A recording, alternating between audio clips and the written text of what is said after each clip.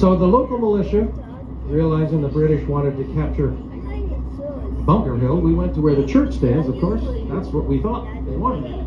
But quickly realized it was this hill closer to Boston Harbor that they wanted, so they could fire down on the colonial militia on their Charlestown waterfront. So they came over there to that hill, which is called Breed's Hill. Breed's Hill. And they continued digging. And it was the morning of June 17th, 1775, that the British saw that digging activity on the top of Breed's Hill. If you look quickly off to the right-hand side, you can see both the monument, and to the right of it, there's the needle-like church steeple just above the treetops. So when the British saw them digging on Breed's Hill, they still thought it was Bunker Hill. They then ordered 2,200 British regular army soldiers to cross the river and muster at the base of Breed's Hill for a frontal assault, expecting at that time that the world's strongest army, the British Army, could simply march up the hill shoulder to shoulder and scare the colonists away. Well, our local commander of the militia had a different plan. With limited ammunition and no reinforcements, remember, at that time of the war, we were still volunteer militia, town by town by town. No central army, no central command. The local militia commander ordered his troops, don't fire till you see the whites of their eyes. Make every shot count. And they did. It still took the British 3 tries to capture that hilltop. But in doing so, they lost about half of their troops, 1,100 casualties on the British side. 4 times what they inflicted on the colonial militia. That was so many that the British general wrote, with victories like these, we will soon lose the war. And that is why the Bunker Hill Memorial stands on Breed's Hill. That is exactly where the Battle of Bunker Hill actually took place. And earlier this year, she celebrated the 250th anniversary of that battle. Now, just off to the right, we're coming to our Navy Yard Museum. First vessel coming into view is the USS Cassin Young, 793. She's a World War II Fletcher-class destroyer in navy gray.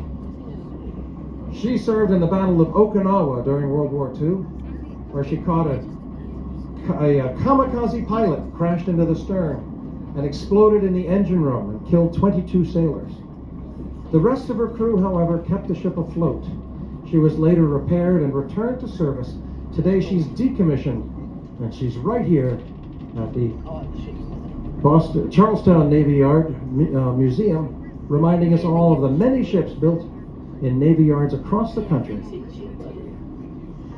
But just coming into view off to our right hand, ladies and gentlemen, once again, feel free to take pictures outside on the rails, up top.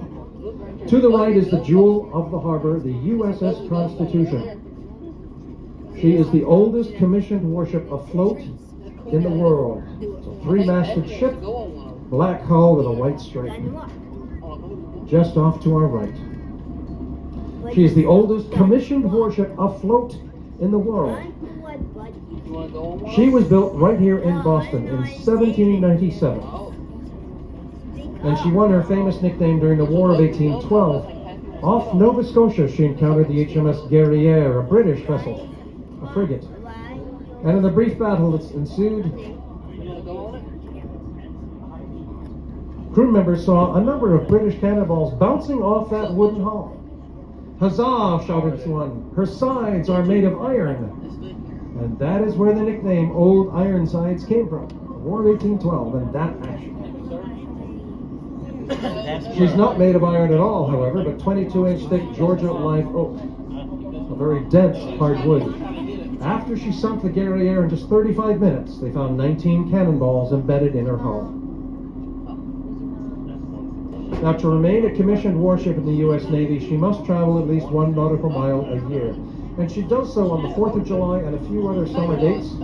With the help of a tug, she sails all the way to Castle Island, which we saw before we made our big turn. And it's there she fires a 21-gun salute to Fort Independence before returning here to her berth in the Navy Yard, this time facing the other direction, to let her hull weather evenly the following year. Maybe that way we'll keep her afloat for another 227 years. If you notice the monument through the rigging of the Constitution, that was the design inspiration for the bridge off to our right. Phase 3 of our big dig, the Leonard P. Zakin Bunker Hill Bridge. The widest cable-stayed bridge in the world when it was built in 2003.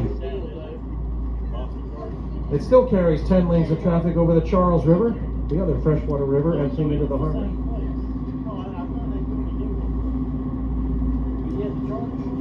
To the left of the bridge in TD Garden is our home to the Boston Bruins hockey team and the Boston Celtics basketball team, both of whom are trying to figure out how to win a championship next year. To our right is the oldest neighborhood in Boston, the Old North End. That tree-lined hillside is Copp's Hill, one of the 3 original hills on the Shawmut Peninsula. It's been a burying ground since 1659. The other hills, Beacon Hill, is about 60 feet shorter than it used to be. And Fort Hill is completely gone. It's underneath the financial district. They took that hill down and filled in the harbor to build more buildings. To the right is the oldest neighborhood in Boston, the Old North End. Considered the Italian district today with so many Italian restaurants, over 100 of them, and many pastry shops. All worth a visit. Just please pace yourself. Pace yourself. Now look, above the treetops, above the rooftops, there is a white church steeple. That white church steeple is the Old North Church, the oldest in Boston, 1723. Made even more famous. Remember the poem, The Midnight Ride of Paul Revere? The famous line, 1 if by land, 2 if by sea. There you go. On the night of April 18, 1775, the British ordered their troops to muster on the banks of the Charles River behind us on their way to try to capture our munitions and powder in Concord, Massachusetts. As they marched past the church, the sexton hung 2 lanterns in that steeple, indicating the troops were taking the water route across the river instead of the land route, which is the other way and longer. Many people saw the 2 lanterns, including Paul Revere, who rushed across the river, borrowed a horse in Charlestown, and he took off through the night to warn everyone he could with the famous words that I was taught, "The British are coming! The British are coming!" Which was wrong. You see? Thank you, you're right. 1775, remember, we're all British, and we're already here, so who's going to get out of bed? Paul Revere shouted instead, "The Redcoats are coming, and the regulars are coming." A different message. Grab your musket and join the fight. The very next morning, April 19th, 1775, the British troops marched all night, arrived at dawn at Lexington Common, and fired on the Minutemen. An action today we consider the shot heard round the world, the very first battle of the American Revolution. I've shared that story as we're passing by the Boston base of the United States Coast Guard here at Constitution Wharf. Edmund Hart Shipyard stood here, and he built the Constitution, launching her into the harbor in October of 1797. The Coast Guard is the branch of service primarily tasked with saving lives. These white-hulled vessels are called Coast Guard cutters, used in search and rescue.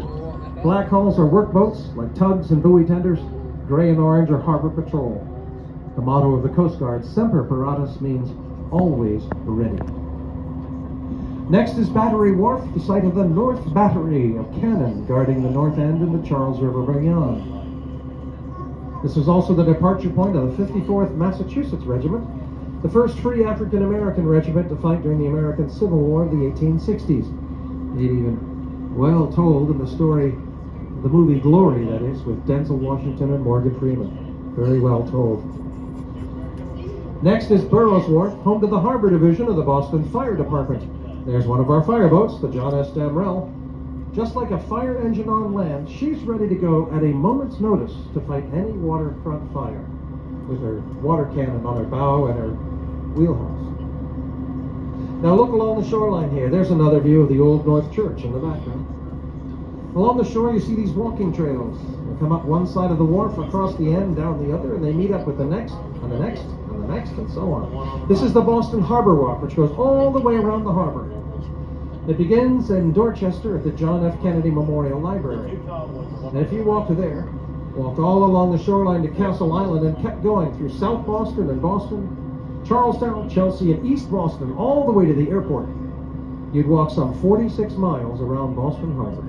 But no access at the Coast Guard base for security reasons, or at Union Wharf. Off to our right, behind this lovely Ketch sailboat, those 2 rows of brick townhomes are Union Wharf, privately owned since 1800. The only way to get to the water's edge there is if you own one of those townhomes, or you know somebody else who does. Zillow suggests one of those townhomes in Boston on Union Wharf would go on the market today for $3.5 million. Think about it as $500,000 for the townhome, and then $3 million? That's easy. That covers 2 deeded parking places that just come with it. You see, the Seaport District we passed by earlier, all those modern buildings? Well, as little as 10 years ago, you could park your car in Boston in one of those dirt parking lots for less than $10 a day. No longer, those lots are all gone to those modern buildings. Well, off to the right, we have a great view of the lovely downtown financial district of Boston, and close by, these long buildings coming straight out towards us from the shoreline, our seafaring heritage. These were once warehouses. The brick building to our right, Sergeant's Wharf. The granite building in the middle, Lewis Wharf. The brick and granite is Commercial Wharf. Today, all residences with great views of the harbor and the city beyond. And if you need a place for your private yacht, this is a good spot as any, at the end of Commercial Wharf. Look to the right, above the treetops. Beyond these yachts, you can see the gold dome and cream cupola of Faneuil Hall, where our forefathers met in secret to plan the Revolution. And just this side of it is the broad green copper dome of Quincy Market, the oldest open-air market in the nation from the 1840s. Today it's a food court with shops and entertainers on either side. And look among the tall buildings and you'll see our very first skyscraper. It's the square granite tower with clocks near the top. The old Boston Custom House. The original building is built right there in 1847 on what was then the shore of Boston Harbor. The tower was added in 1914 and at 496 feet stood as the tallest in Boston for the next 50 years till the Prudential Tower was built in the Back Bay. Well, now find the flagpole, folks. Probably too little time to make a picture, but watch this flagpole. When you see traffic lights in the background, look right above it for another brick building with a cream cupola and a gold dome. There it is in the shadows way in the back by the black skyscraper above the traffic lights. That gold dome belongs to the old Boston State House, built right here in Boston in 1713. And that was the original shore of the Shawmut Peninsula.